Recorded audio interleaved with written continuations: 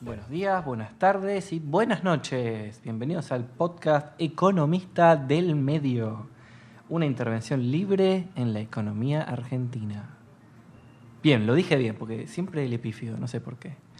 Bueno, mi nombre es Gabriel y acá estamos nuevamente, tercera edición creo que ya, así que venimos bien, ¿eh?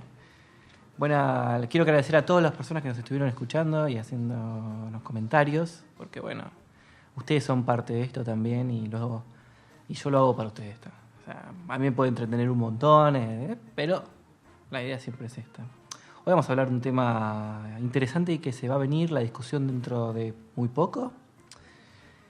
A ver, ustedes saben que el precio del petróleo está en $30, ¿no? Inclusive en términos reales estamos a los mismos niveles que en los años 70, cuando hubo todos esos conflictos que generaron un montón de problemas en la economía global.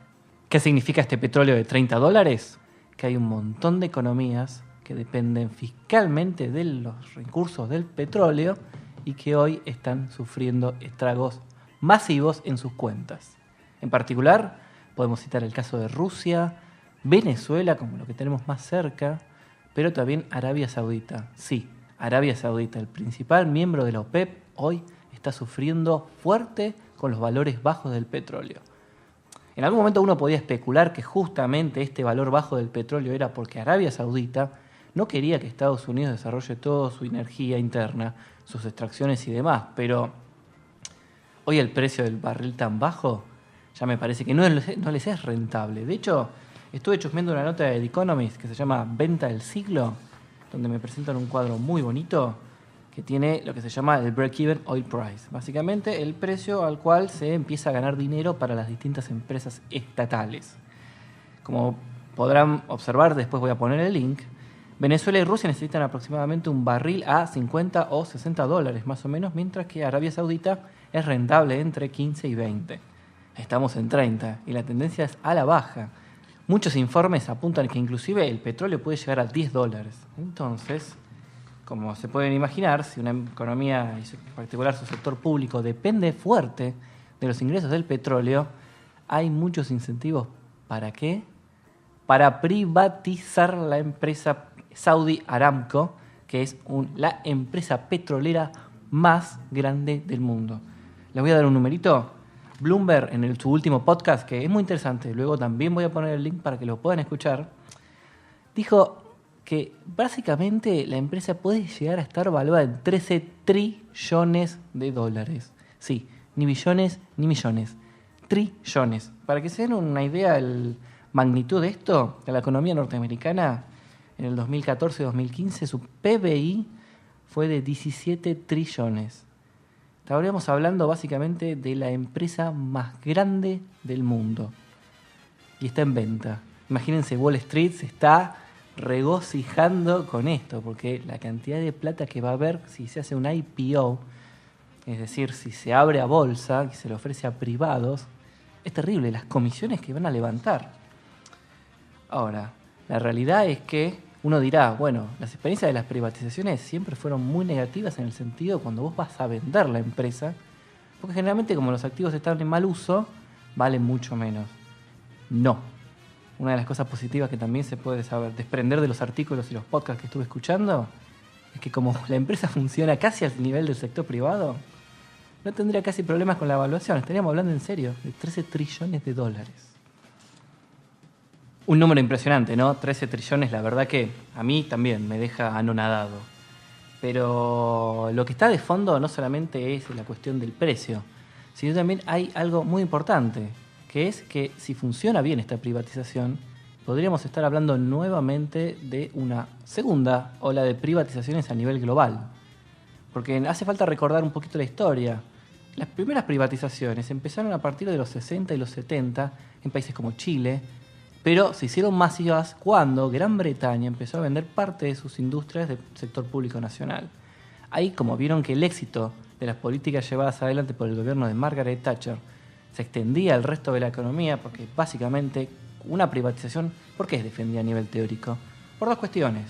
Primero, porque genera ingresos fiscales de corto plazo, es decir, dejo un costo, o sea, supongamos que la empresa funciona mal, vamos a hacer el caso porque a veces no pasa eso, la empresa está funcionando a pérdida, entonces el Estado no tiene un ingreso, tiene un gasto.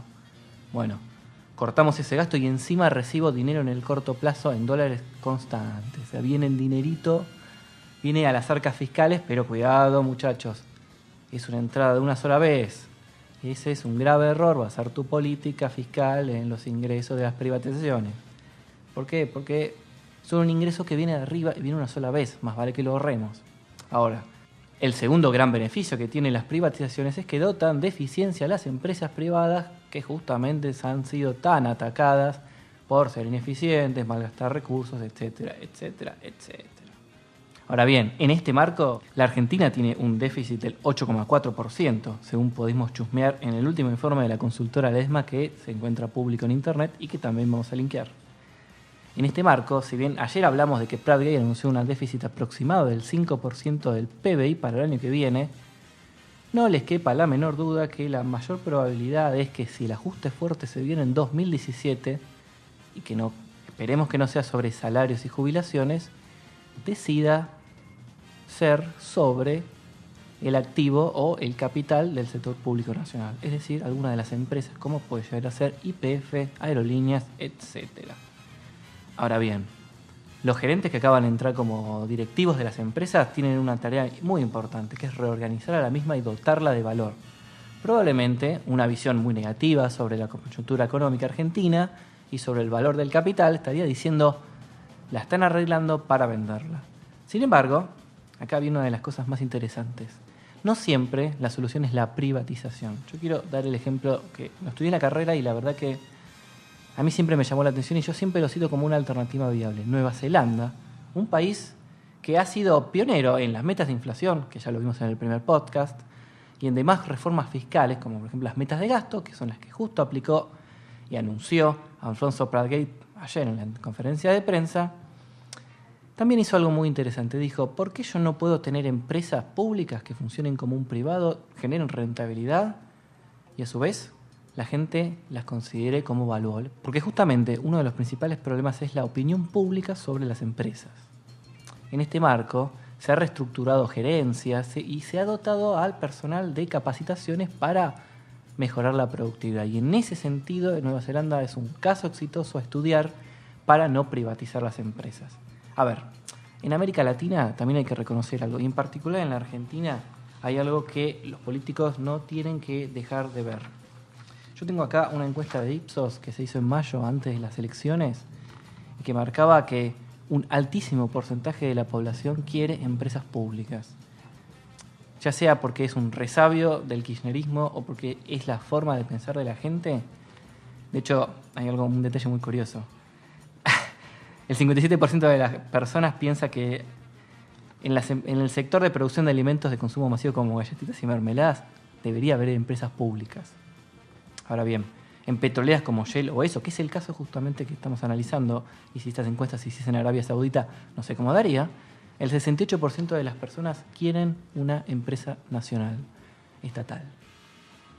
¿Por qué? Porque siempre va a venir la cuestión de fondo de por qué entregar los recursos naturales. ¿Por qué nos están cobrando como un consumidor más si esto es nuestro? Nosotros le estamos concesionando el espacio. Entonces me parece muy interesante la discusión que se viene en la Argentina, ahora que no está el consenso de Washington de fondo, para ver cómo podemos solucionar el problema de las empresas públicas, pero a su vez también cómo dejamos contentas a las personas con sus preferencias sociales. Porque en el fondo un gobierno es la representación del pueblo. Y si el pueblo quiere, por lo menos en lo que dicen las encuestas, ¿no? Que bueno, vamos a dotarlas de cierta veracidad. La gente quiere que haya empresas públicas que funcionen, busquemos un modelo alternativo. Y en ese sentido, me parece que el caso de Nueva Zelanda es paradigmático. Así que bueno, que este podcast se va con más preguntas que respuestas. Pero a veces la discusión también está buena abrirla de esta manera. Me despido por hoy. Mi nombre es Gabriel. Nos estamos escuchando, oyendo, leyendo, etc. Adiós.